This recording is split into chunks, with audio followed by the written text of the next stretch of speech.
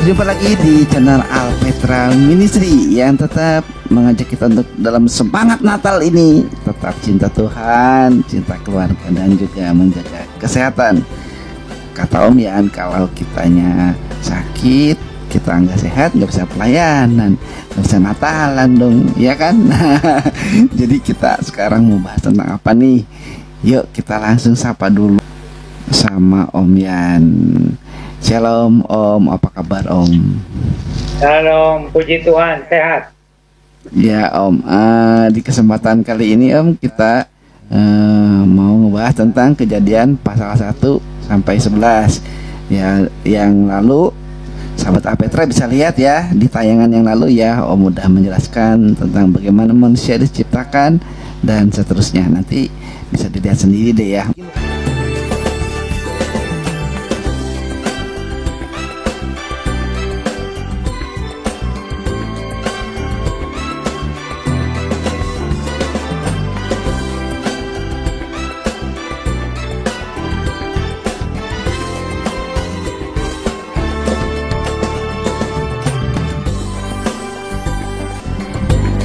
Tuhan Yesus memberkati semua pemirsa Alpetra. Tuhan Yesus berkati sahabat Alpetra dimanapun kita berada. Shalom. Nah Om, kita mau lanjutin nih Om. Mungkin Om bisa jelasin terlebih dahulu apa sih Om intisarinya Kejadian pasal 1 sampai pasal 3. Silakan Om. Ya, ini Nabi Musa menuliskan kisah penciptaan ini kira-kira 1400 tahun sebelum Masehi.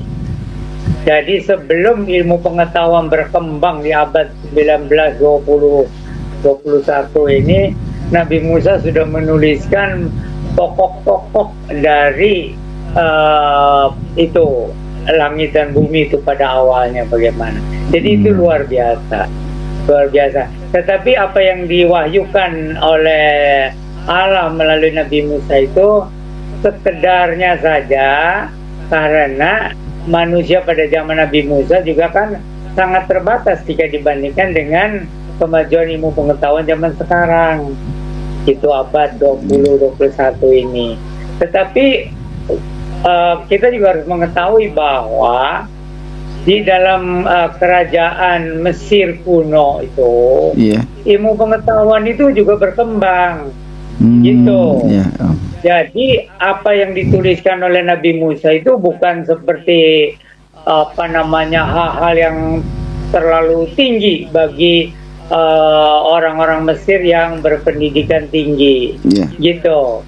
Jadi itu betul-betul sesuai dengan konteks, mereka bisa memahaminya. Nah, kalau bangsa-bangsa yang di luar Mesir itu kan perkembangannya, sejarah perkembangannya kan tidak sama. Yang sangat maju kan sejarah Cina, sejarah India gitu. Tapi kalau Indonesia itu sesudah Masehi abad keberapa itu ada kerajaan pertama, abad ke-5 atau abad ke-6 gitu. Padahal Alkitab ditulisnya itu kira-kira 1400 tahun sebelum Masehi.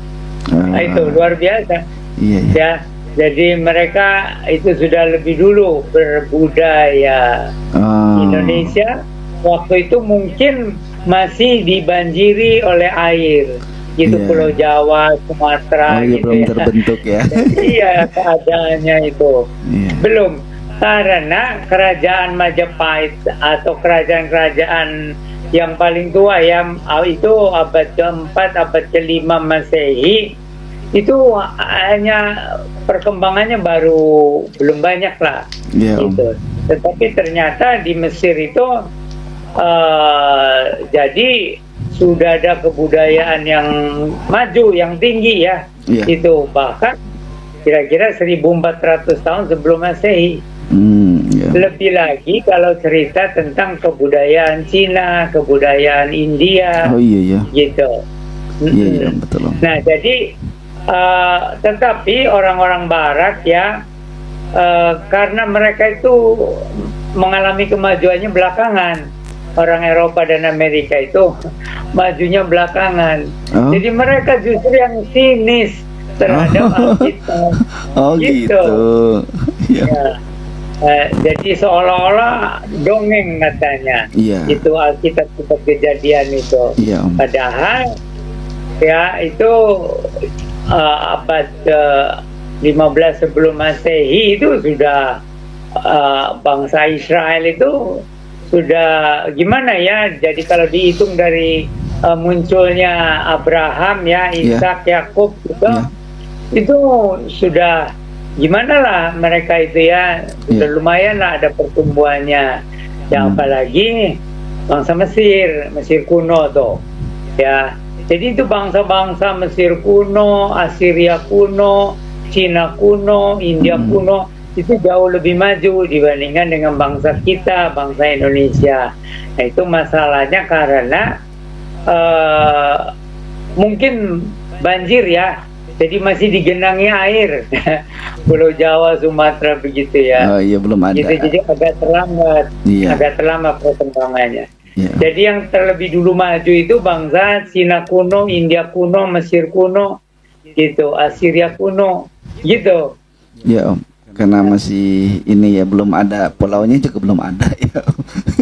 Jadi kita belum terbentuk. Oke Om, jadi itu intinya dari awal penciptaan ya Om, sampai Om bilang sampai bahkan kepulauan pun baru terbentuk di abad yang kesekian gitu. Om, kita langsung lanjutkan ya Om. Ini sebelum masuk ke Kejadian pasal 5 Om, ada yang tanya Om, itu waktu dulu Adam bahasanya apa ya Om? Kan apakah bahasa Ibrani atau belum ada bahasa ya kan Om waktu itu? Bahasa apa Om? Karena Alkitab tidak memberikan keterangan bahasa apa yang dipakai oleh Adam dan Hawa dan berapa generasi berikutnya, jadi kita juga tidak bisa menjawab gitu. Ya, kalau misalnya digabung dengan ilmu pengetahuan bangsa-bangsa kuno ya, Mesir kuno kah atau Babel kuno, itu ya orang lalu mengira-ngira saja.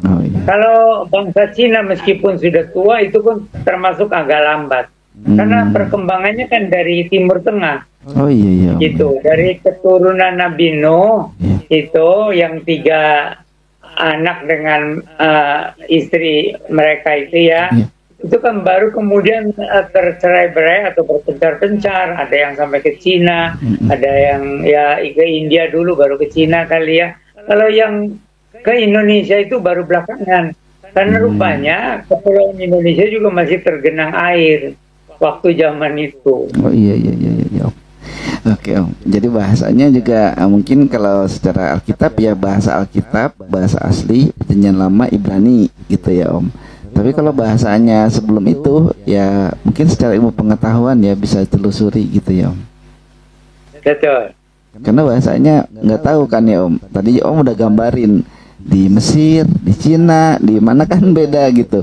Termasuk di Indonesia juga ya mungkin waktu dulu gitu Om. Dari sejarah dunia kuno memang itu Mesir itu merupakan bangsa yang budayanya cukup maju gitu. Itu karena hidup di dataran yang subur, itu Sungai Nil itu. Jadi bangsa-bangsa yang menempati daratan yang subur biasanya budayanya juga ikut maju. Termasuk di China, India. Gitu. Karena iya sih ya Om, kan berpengaruh ya Om ke mungkin perkembangan ekonomi mungkin dibilangnya ya Om. Perkembangan negaranya gitu ya Om.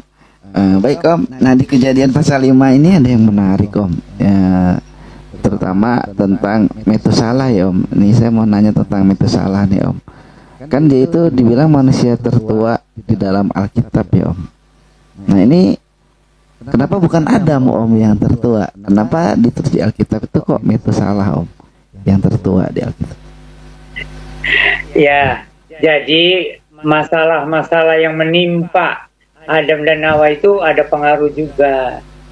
Gitu, meskipun ya cukup panjang juga umurnya kan, sampai berapa? 930 tahun ya.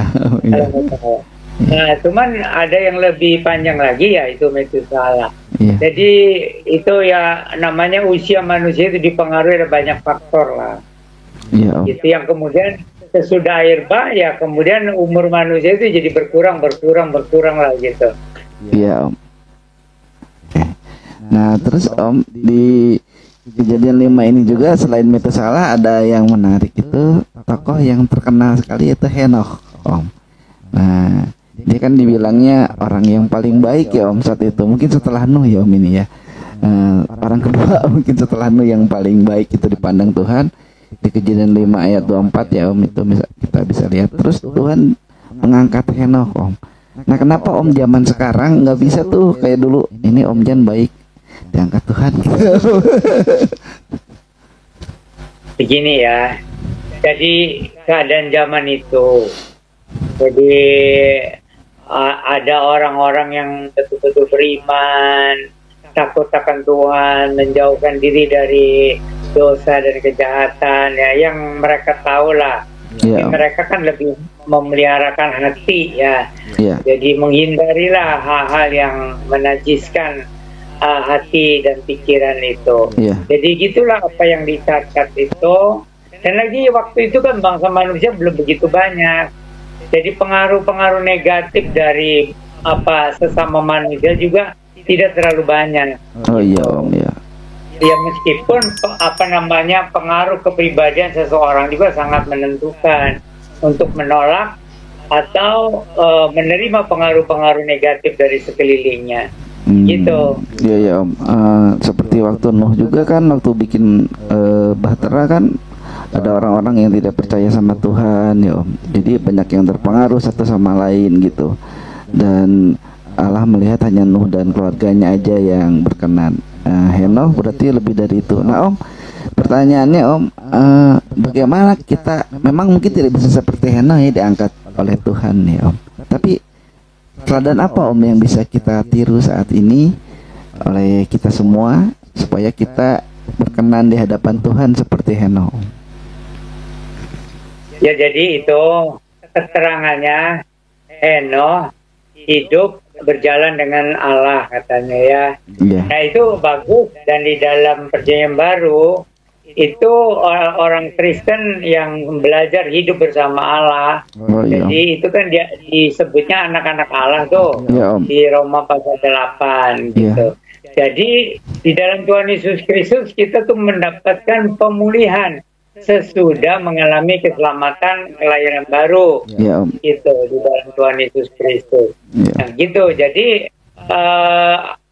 mestinya sih kita di dalam Tuhan Yesus Kristus bisa mencapai pertumbuhan dan perkembangan rohani yang lebih bagus, gitu. Tetapi karena pengaruhnya zaman sekarang itu sangat buruk ya. Jadi dunia semakin jahat, semakin najis, semakin korup, dan semakin rusak. Jadi maka kita memberikan petunjuk-petunjuk bagaimana supaya kita hidup berjalan dengan Allah, yaitu dipimpin oleh Roh Kudus, dipimpin oleh firman Tuhan. Begitu. Cuma memang pengaruhnya sekarang ini betul-betul sangat merusak. Kalau kita tidak kuat iman, tidak kuat pendirian, itu tidak menerapkan firman Tuhan dalam kehidupan kita, sudahlah kita terbawa dah oleh orang-orang sekeliling kita. Oke. Jadi memang kita sendiri yang harus memiliki cara ya Om yang dekat sama Tuhan ya gitu, kesadaran sendiri gitu ya Om, dekat sama Tuhannya gitu. Ya, jadi kalau kita memberikan prinsip pertama, kitanya yang ingin taat kepada kehendak Tuhan. Lalu kedua, kita juga belajar memahami bimbingan Roh Kudus seperti di Roma pasal 8. Oh iya Om, ada bimbingan Roh Kudus ya Om. Oke Om, itu kita tinggalin Om. Untuk hal yang itu ya, nanti mungkin kita bisa lebih rinci lagi karena kita sedang membahas secara global ya Om. Nah Om, di Kejadian pasal 6 ayat 3 ya Om, terutama itu yang pertama yang mau saya tanyain Om, itu ada yang menarik, itu ada istilah Nepilim ya gitu, atau putra Tuhan. Itu siapa Om maksudnya Om? Ini maksudnya ke Tuhan, putra Tuhannya atau Adam, atau merujuk ke Tuhan Yesus Om di perjanjian baru? Jadi waktu itu bangsa manusia kan dari keturunan Adam sampai ke seterusnya ke Nabi Nuh itu ya. Iya. Jadi rupanya ukuran manusia itu tinggi besar gitu. Iya. Jadi dibandingkan dengan rata-rata kita bangsa Indonesia, mereka itu seperti raksasa. Tetapi di Amerika itu ada juga yang masih mempunyai postur badan yang tinggi besar gitu. Oh iya Om. Ada beberapa tempat di dunia ini yang orang-orangnya itu mempunyai postur tinggi besar Oh iya, gitu. iya Om. Ya, sampai kemarin karena Om jelasin tentang itu ya di yang lalu itu tentang raksasa itu, sampai saya cari Om gitu, dan ternyata entah itu settingan atau bukan ya, ada satu itu kan Om, anak olahraga wrestling gitu, gulat internasional itu ternyata ada orang yang besar-besar Om, yang gede-gede gitu, yang sampai mungkin 3 meter lebih gitu, ternyata masih ada ya. Tapi kata Om waktu di yang lalu dijelaskan itu sisa-sisa yang zaman dulu gitu, termasuk gue lihat itu ya Om ya dulu ya, kan sisa-sisa yang zaman purba gitu, zaman yang lama. Tetapi ada kemungkinan juga nanti akan muncul orang-orang yang tinggi besar itu karena perbaikan gizi Oh iya iya. dan juga lingkungan yang menunjang. Iya Om. Oke Om. Baik Om. Nah Om, ini selanjutnya ini pertanyaan yang sering ditanyain ya Om. Ayat di Kejadian 6 pasal 3 itu kan katanya aku tidak akan menyertai, roh Tuhan itu tidak akan menyertai selama-lamanya kepada manusia gitu. Dia akan meninggalkan manusia, dan setelah itu juga manusia umurnya akan jadi 120 tahun. Nah Om, kenapa kok roh Tuhan meninggalkan gitu manusia? Ya, jadi kejatuhan manusia itu kemudian kan makin bertambah parah tuh, dirusak oleh dosa gitu ya. Nah, tetapi ada orang-orang yang hidup dalam takut akan Tuhan. Nah itu ada pimpinan Roh Kudus, pimpinan Roh Allah gitu. Nah itu jadi ya orang-orang yang punya iman lah gitu. Tapi lama-kelamaan pengaruh orang berdosa lebih besar, pengaruh lingkungan lebih besar. Jadi akhirnya makin lama makin sedikit lah orang yang hidup berjalan dengan Allah gitu. Sampai waktu zaman Nabi Nuh itu hanya tinggal Nuh dan keluarganya dah.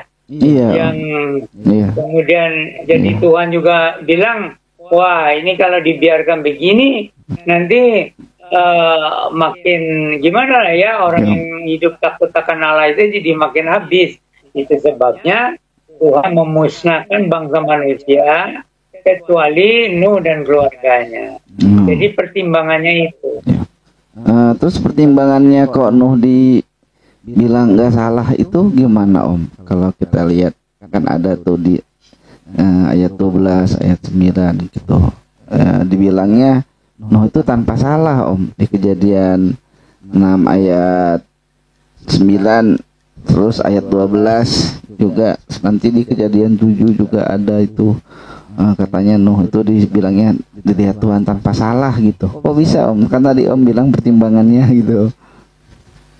Bukan, nggak ada bilang tanpa salah.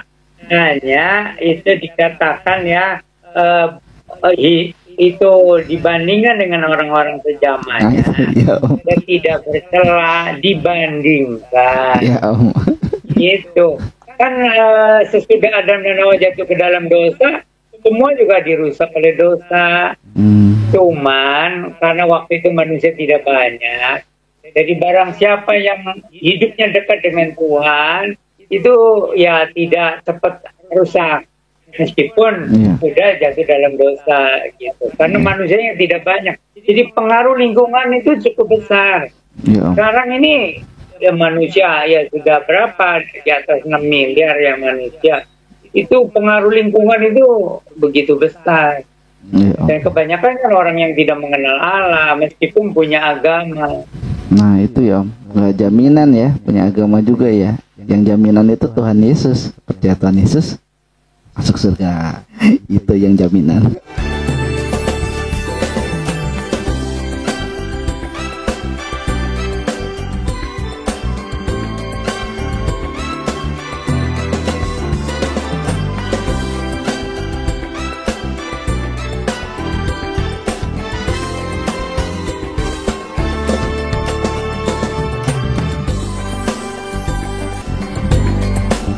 memberkati semua pemirsa Alpetra. Tuhan Yesus berkati sahabat Alpetra dimanapun kita berada. Shalom. Oke Om, kita lanjutin ya Om. Ini juga pertanyaan yang sering ditanyain Om. Kejadian 6 pas ayat 5 sama 6 lah gitu ya Om. Kan itu tuh kalau ayat 5 itu kan ketika Tuhan melihat manusia ini kok gini sih gitu, maka menyesalah Tuhan. Nah ini udah sering sih Om jelasin. Bisa Om jelasin lagi Om, kok Tuhan menyesal Om gitu. Jadi Tuhan memakai ungkapan yang bisa dipahami oleh manusia yang membacanya. Seorang ayah kalau melihat ada anak-anaknya itu sudah rusak gitu ya oleh pergaulan, kan itu ungkapannya aku menyesal kita punya anak seperti kamu. Itu ungkapan. Jadi Tuhan tuh memakai bahasa manusia itu pakai ungkapan supaya dipahami. Gitu, bukannya Tuhan itu bisa menyesal sih katanya, apa kurang pertimbangan. Itu ungkapan supaya dipahami gitu, karena manusia yang dikasihi seperti anak-anak, seperti seorang ayah mengasihi anak-anaknya kok jadi sudah begitu rusak. Maka ungkapannya itu Tuhan menyesal melihat, ungkapan saja. Tapi Om kalau lihat di ayat 7 itu Om, Allah malah menghancurkan atau menghapuskan semua manusia katanya Om. Itu apa karena penyesalannya Om? Ya, karena tidak sesuai dengan harapannya dulu waktu menciptakan manusia. Jadi rusaknya sampai tambah parah. Gitu. Iya, Om. Jadi salah satu opsi ya, salah satu opsi, udahlah lebih baik ini bangsa manusia ini dihabiskan, lalu diciptakan yang baru. Tapi ternyata masih ada tuh satu keluarga yang berusaha mencintai Tuhan dan mentaati hendak Tuhan, hidup dalam kesucian dan sebagainya, itu keluarga Nuh. Gitu. Nah yang lucu juga di kisah Nuh ini Om, kan ada itu tuh Nuh mendengar suara Tuhan katanya. Kalau di film kan Nuhnya tengok gini, siapa tuh gitu. Itu beneran Om secara audible gitu. Ya, jadi meskipun ya kalau secara logika pakai bahasa apa, tapi kan Tuhan Allah yang menciptakan manusia, dia tahu caranya berkomunikasi gitu kan. Apakah berkomunikasi dengan pikiran, batin, hati dari Nuh itu. Nah itu hanya tidak dijelaskan bagaimana komunikasinya, tapi Tuhan tahulah caranya berkomunikasi gitu. Jadi jangan tanya pakai bahasa apa. Gitu. Iya Om, kan ada yang suka ya gitu Om. Suka ada yang itu di Alkitab kan ditulis katanya Nuh mendengar suara Tuhan. Itu pakai bahasa apa ya? Terus suaranya gimana ya? Kan di Alkitab ditulis juga suara Allah itu seperti gemuruh, kilat petir menyambar dan guruh. Wah pokoknya gitu. Kok Nuh bisa denger ya gitu Om. Tadi Om udah jelasin sih. Ya, jadi karena Nuh kan hidup dekat dengan Tuhan ya. Jadi makanya dia bisa berkomunikasi timbal balik lagi. Gitu. Om, komunikasi dua arah gitu ya Om ya. Ini luar biasa sih kalau baca ini. Kalau kita sekarang kita berdoa itu komunikasi dari kita. Tetapi jawabannya itu dari Roh Kudus dan firman Tuhan. Om. Jadi maksudnya kalau Tuhan bicara itu harus sesuai dengan kebenaran Alkitab. Kalau tidak sesuai dengan kebenaran Alkitab itu bukan suara Tuhan. Suara siapa itu? Suara sendiri kali atau suara setan ya Om. Oke Om, kita lanjutin ya Om ya ke tentang Nuh ini. Memang menarik lah, sahabat Alpetra bisa nonton ya. Dan kalau masih ingin tahu tentang penciptaan dan sampai kejadian pasal 3 bagaimana manusia jatuh dalam dosa dan lain sebagainya, bisa ditonton di video yang sebelumnya ya. Om kita lanjutin Om di pasal 7 ya Om, kita masuk, kita agak cepet aja mungkin ya sahabat Alpetra ya Om ya, karena ini panjang ya kalau di ituin ya, kita ambil yang intinya aja. Om di pasal 7 kejadian pasal 7 ayat 1, lalu berfirmanlah Tuhan kepada Nuh, masuklah ke dalam bahtera itu, engkau dan sisi rumahmu, sebab engkaulah yang kulihat benar di hadapanku di antara orang zaman ini. Nah kan Om tadi juga Om udah sering mengatakan ada orang yang benar, ada orang yang bersalah, ada yang mau bertobat, ada yang enggak. Nah Om, gimana kalau nanti akhir zaman ya, Om suka juga bilang Tuhan Yesus akan segera datang. Pertanyaannya Om, gimana kalau ada yang nggak punya kesempatan Om untuk bertobat? Jadi pintu bahteranya udah ditutup, kan nggak punya kesempatan. Nah itu gimana Om di hari-hari ini Om? Tuhan Allah kan Maha tahu, Maha kasih, Maha adil. Jadi semua sudah diperhitungkan. Jadi siapa-siapa yang akan masuk ke surga, selain ada ketetapan Tuhan, tapi juga ada ini ya empirisnya, keadaan yang nyatanya dari bangsa manusia itu sendiri. Jadi untuk itu kita tidak usah mempertanyakan terlalu jauh gitu. Jadi kalau kita yakin Tuhan Allah itu Maha kasih, Maha adil, Maha suci, semuanya gabunglah Maha itu. Jadi tidak mungkin salah Allah menetapkan siapa yang akan diselamatkan, siapa yang tidak diselamatkan gitu. Tidak mungkin salah Tuhan itu. Jadi selalu ada ya Om kesempatan untuk bertobat ya Om. Kecuali nanti di hari penghakiman udah nggak bisa lagi kata Om juga ya. Itu juga terus di kitab Wahyu yang nggak ya, ada itu lagi. Ada satu kepercayaan tentang tuaian akhir. Jadi tuaian akhir itu sebelum Tuhan Yesus datang kembali. Yeah. Jadi sengaja oleh anugerah di dalam Tuhan Yesus Kristus dan kemahatauan Allah.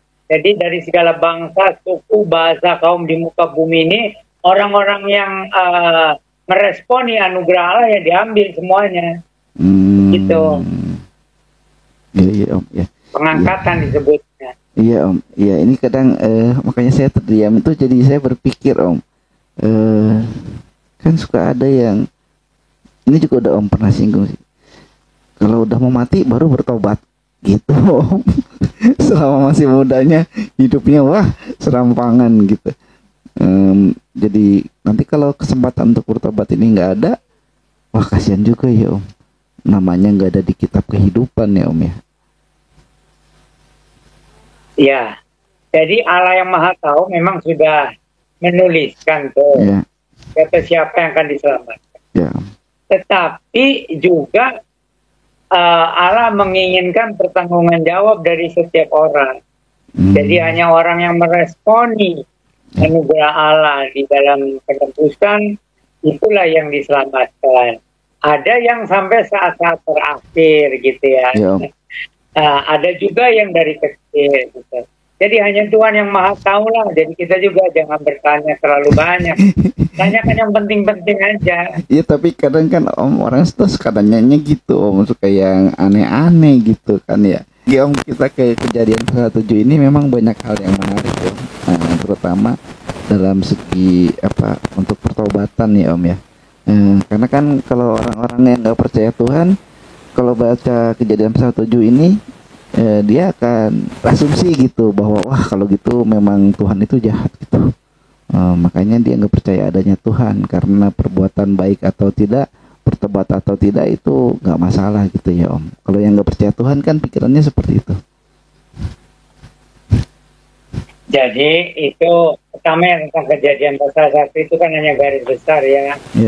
Garis besar saja. Kemudian waktu menciptakan manusia menurut gambar dan rupa Allah. Nah itu salah satunya itu ya pertanggungan jawab. Gitu. Bahwa manusia itu harus bertanggung jawab atas perbuatannya, atas dirinya. Gitu. Nah kemudian dijabarkan tentang Adam dan Hawa di Taman Eden tuh kejadian pasal 2. Lalu di kejadian pasal 3 manusia itu ternyata ingin menjadi seperti Allah ya. Di dalam arti negatif gitu, mau menyamakan diri menjadi seperti Allah. Nah, disitulah kejatuhan manusia itu ya dari sombongan gitu. Jadi tidak tahu diri gitu. Manusia itu harus tahu diri, jangan sombong. Kalau misalnya ada semacam ya perasaan bisa, kalau masih di dalam batas wajar, boleh-boleh saja merasa diri bisa ya, tapi harus tahu batasnya Hmm. gitu. Ya, Om. Oke Om. Nah ini Om, berarti kan karena manusia diciptakan oleh Allah ya Om. Berarti Allah nggak harusnya Allah nggak pernah lupa kan Om sama yang diciptainnya ya Om. Karena kan juga ada ayatnya bahwa Allah selalu melihara gitu. Nah kita langsung masuk ke pasal 8 ya Om. Di pasal 8 ayat 1 itu dituliskan maka Allah mengingat Nuh. Nah, kata mengingat di sini ya Om, ini juga suka jadi pertanyaan. Emangnya Tuhan bisa lupa gitu Om? Lucu aja ya Om pertanyaan. Jadi Alkitab itu ditulis ya untuk komunikasi antara Allah dan Iya. manusia gitu. Iya. Jadi ini seperti ayah yang mengingat anak. Oh. Bukan berarti Allah itu pernah lupa, bukan. Iya. Itu hanya sebenarnya jadi betapa Allah mengasihi manusia itu seperti seorang ayah mengasihi anak-anak. Itu sebenarnya. Nah itu ya Om. Bukan nggak inget gitu berdoanya. Wah mungkin Tuhan lupa nih sama saya gitu, nggak mungkin ya Om. Kok saya kehidupannya iya kan saya aja sama Om suka itu dinasihatin, diingetin dan suka dibilangin bahwa Allah itu memperhatikan, tidak pernah meninggalkan gitu. Jadi jangan khawatir, bunga di ladang dia pelihara ya Om, burung di udara dia pelihara, kasih makan. Masa kita nggak diingat sama Tuhan ya Om?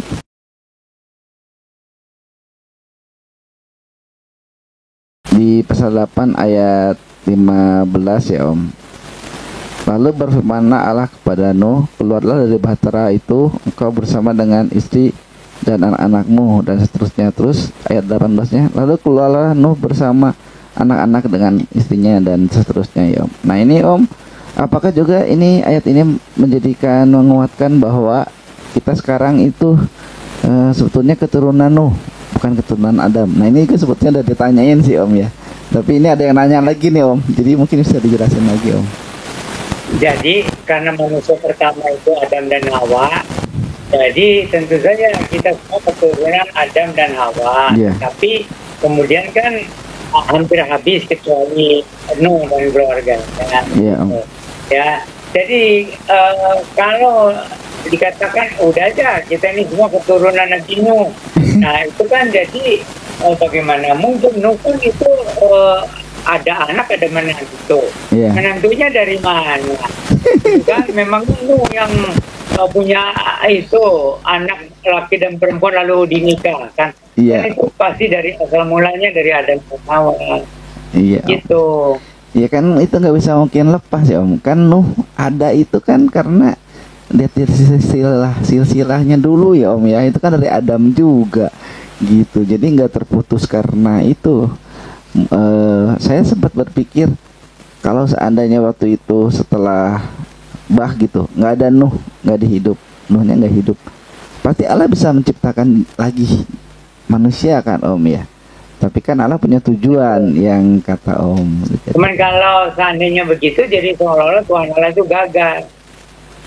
Nah, itu jawabannya tuh sahabat Alpetra ya. Saya juga jadi kaget tuh. Itu jawabannya. Jalan terus, beli pilus. Kalau kamu serius, pinjamlah 100.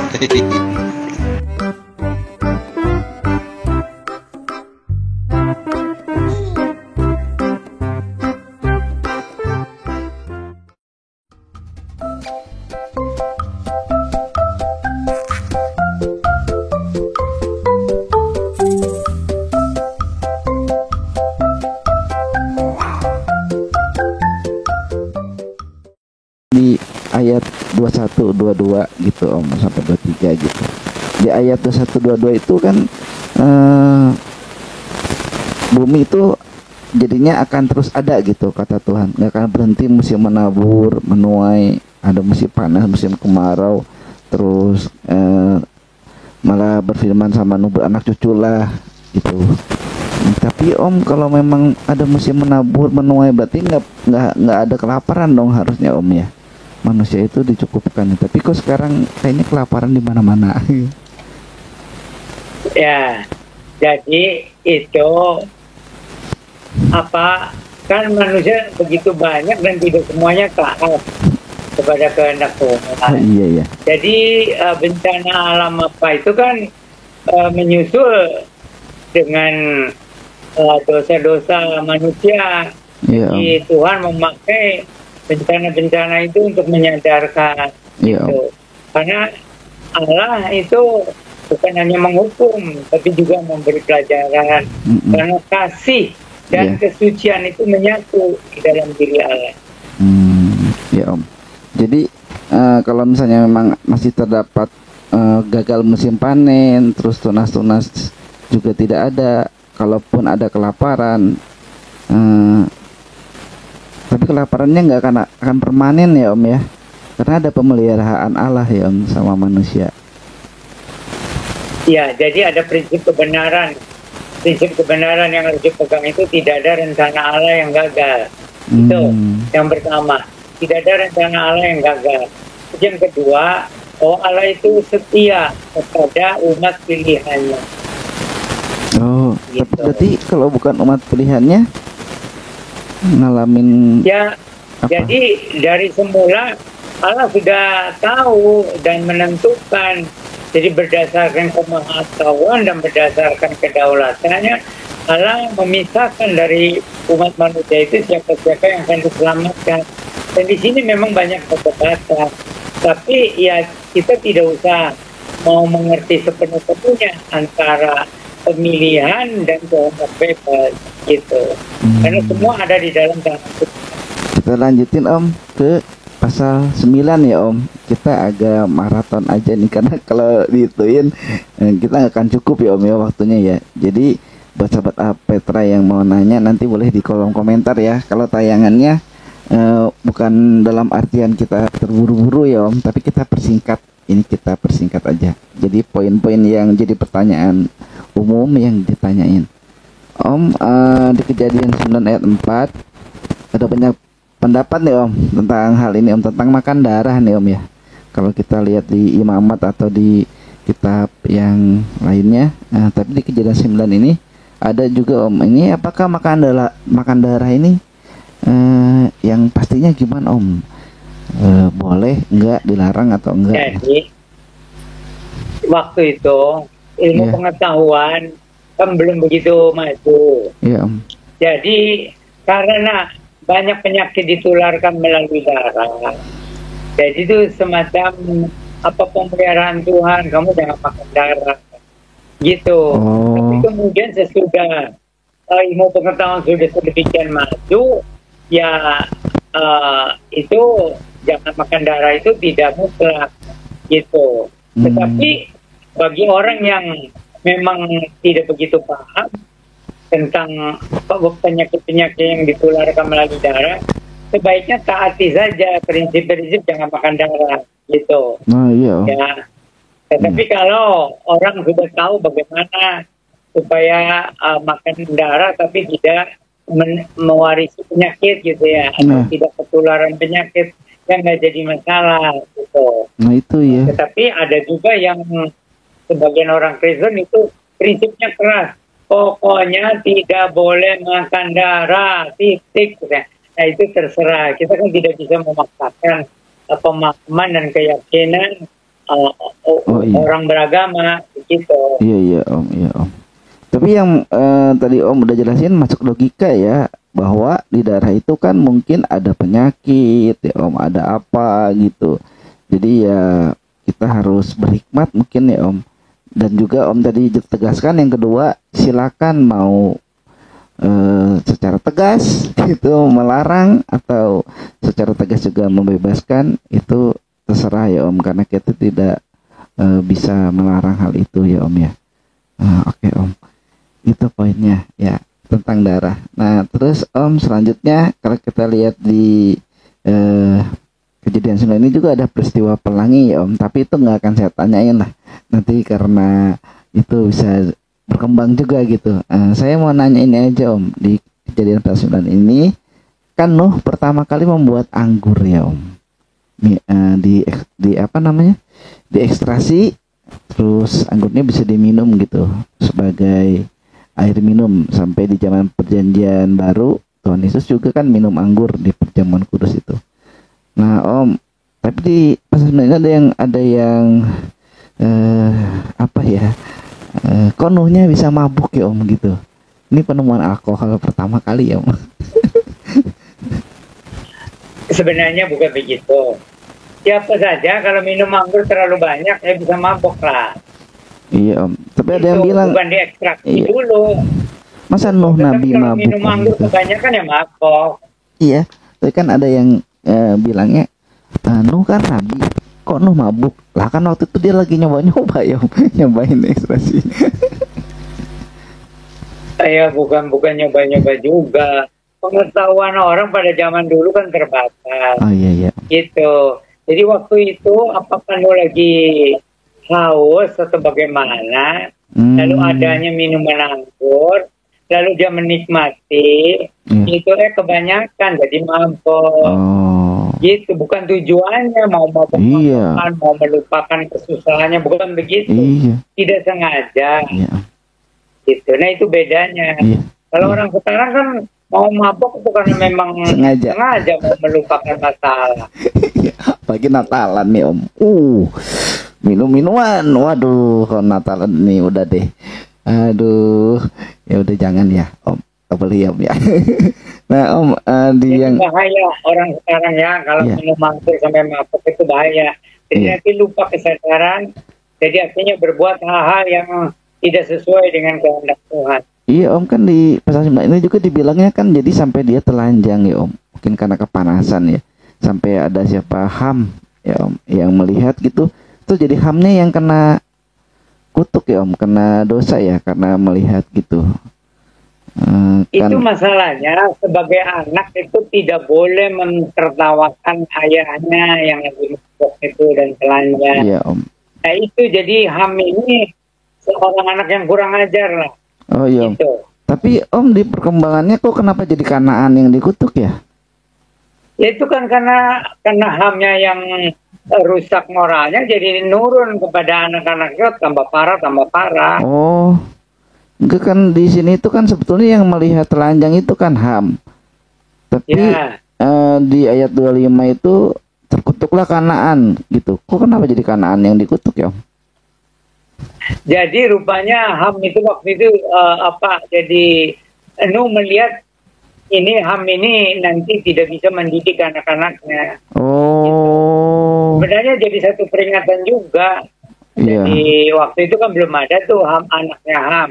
iya, Tapi sudah lihat ini si Ham ini gimana orangnya Iya. kurang bertanggung jawab sepertinya. Jadi Nuh sebagai nabi ya artinya dia lihat Ham ini nanti tidak bisa mendidik anaknya. oh, waduh, itu juga ya Om ya. Apa namanya? Tegas ya berarti ya. Apa Nuhnya itu karena gimana? Karena dia orang suci sih ya Om ya, kan dibilangnya Nuh itu kan orang suci juga ya Om. Aduh, Ham yang lihat Nuh telanjang jadi Kanaan yang dikutuk. Nah itu tadi penjelasannya dari Om. Nah terus Om, kalau gitu Om, itu kan kejadiannya seperti nggak apa ya, dosa orang lain, dosanya Om jadi Kanaan yang dikutuk. Gimana Om kita kalau merespon dosa yang dilakukan orang lain gitu? Kan suka ada yang bercanda ya mungkin gitu. Wah sampai 7 turunan lu gitu Om. Itu gimana Om? Kalau kita tidak boleh sembarangan ya. Karena kita ini terbatas. Tapi Ayo. Nuh itu orang yang dekat dengan Tuhan.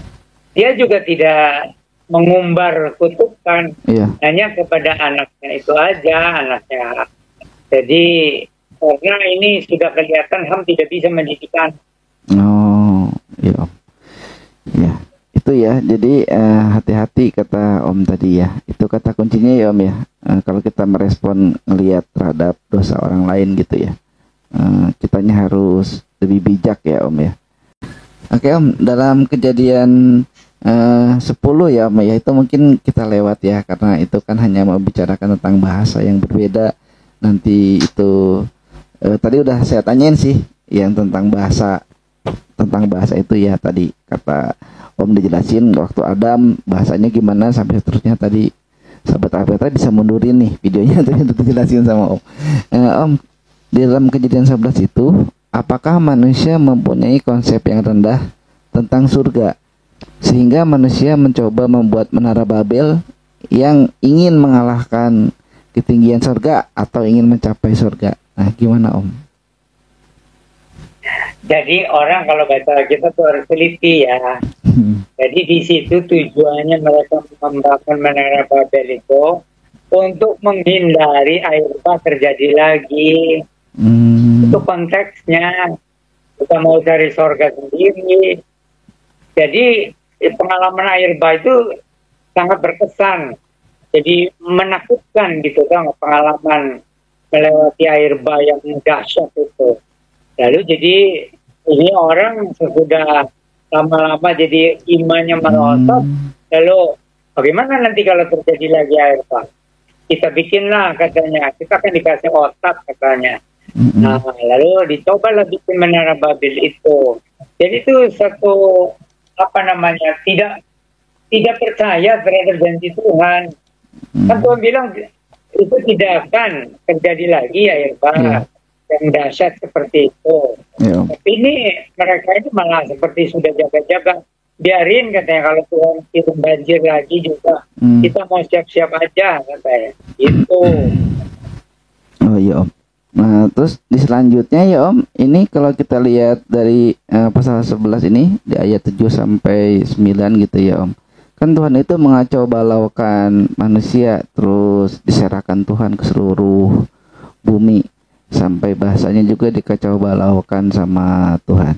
Nah Om, apakah sebelum ini, sebelum kejadian dikacau balaukan, apakah mereka menyembah monoteisme, dan lalu setelah dikacau balaukan jadi politeisme gitu, atau gimana sebaliknya Om? Ya betul, jadi manusia itu dari sejarah awalnya itu dari monoteisme menuju politeisme. Tapi dalam perkembangan sejarah yang kemudian ada yang dari politeisme kemudian terpengaruh monoteisme gitu. Tetapi kalau dari awal-awalnya dari monoteisme menjadi politeisme gitu. Kalau awal-awalnya. Oh gitu ya Om, awalnya ya Om, karena mungkin ada kejadian seperti ini juga ya Om ya. Waktu Kain dan Habel itu tetap satu Tuhan kan, Adam satu Tuhan, di zaman Nuh satu Tuhan. Tapi pas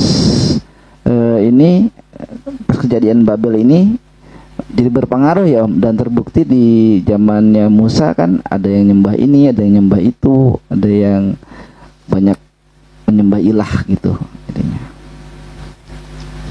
Iya itu, jadi sesudah manusia berkembang biak kemana-mana, itu kan karena tidak diajari oleh orang tuanya untuk mengenal Allah yang esa, itu akhirnya ya mereka memikirkan sendiri. Gitu kan? Jadi ada yang dipengaruhi kuasa-kuasa alam, lalu dipersonalisasi menjadi seperti kekuatan atau dewa gitu. Jadi kekuatan-kekuatan alam. Belum lagi berhadapan dengan kuasa-kuasa kegelapan gitu. Jadi gitulah. Lalu juga manusia dari dulu kan seperti mau mengeksplor kekuatan-kekuatan yang gaib gitu. Jadi begitulah akhirnya manusia itu. Jadi dari monoteisme menjadi politeisme. Itu dulu awal-awal. Nah itu juga tuh tadi Om mengatakan jadi ingin mengeksplor kekuatan gaib ya Om. Nah ini juga nih yang sering jadi orang salah kaprah ya Om tentang kekuatan gaib ini. Tapi kita nggak bahas itu Om. Kita sudahi saja ya Om pembahasannya saat di situ gitu, di titik itu. Oh ya Om, ini karena kita sudah waktunya berpisah nih Om sama sahabat Alpetra Ministry. Jadi cukup sampai di sini dulu perjumpaan kita, dan sebelum ditutup mungkin ada yang ingin Om sampaikan untuk para sahabat Alpetra Ministry. Silakan Om. Jadi yang penting itu kita orang-orang beriman, pertama memang sandarannya itu firman Tuhan yang tertulis itu ya. Tapi kita tidak menutup diri terhadap kemajuan ilmu pengetahuan. asalkan ilmu pengetahuan itu terus diverifikasi sampai benar-benar merupakan kebenaran. Jadi kalau belum diverifikasi ilmu pengetahuan itu ya belum kebenaran, gitu. Jadi kita pertama pegangannya Alkitab, tapi kita juga menerima masukan-masukan dari ilmu pengetahuan yang sudah diverifikasi. Itu jadi tambahan. Oh iya. Baiklah, ini sudah selesai semuanya nih. Baik ya, sahabat Alpetra, terima kasih sudah menonton. Om, terima kasih atas penjelasannya tentang sharingnya. Salam cinta Tuhan, cinta keluarga, dan jaga kesehatan. Shalom Maranatha.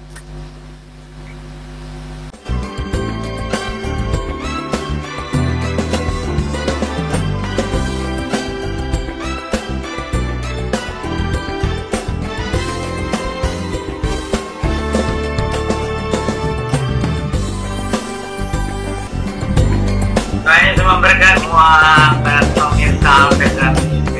Tuhan Yesus berkati sahabat Alpetra dimanapun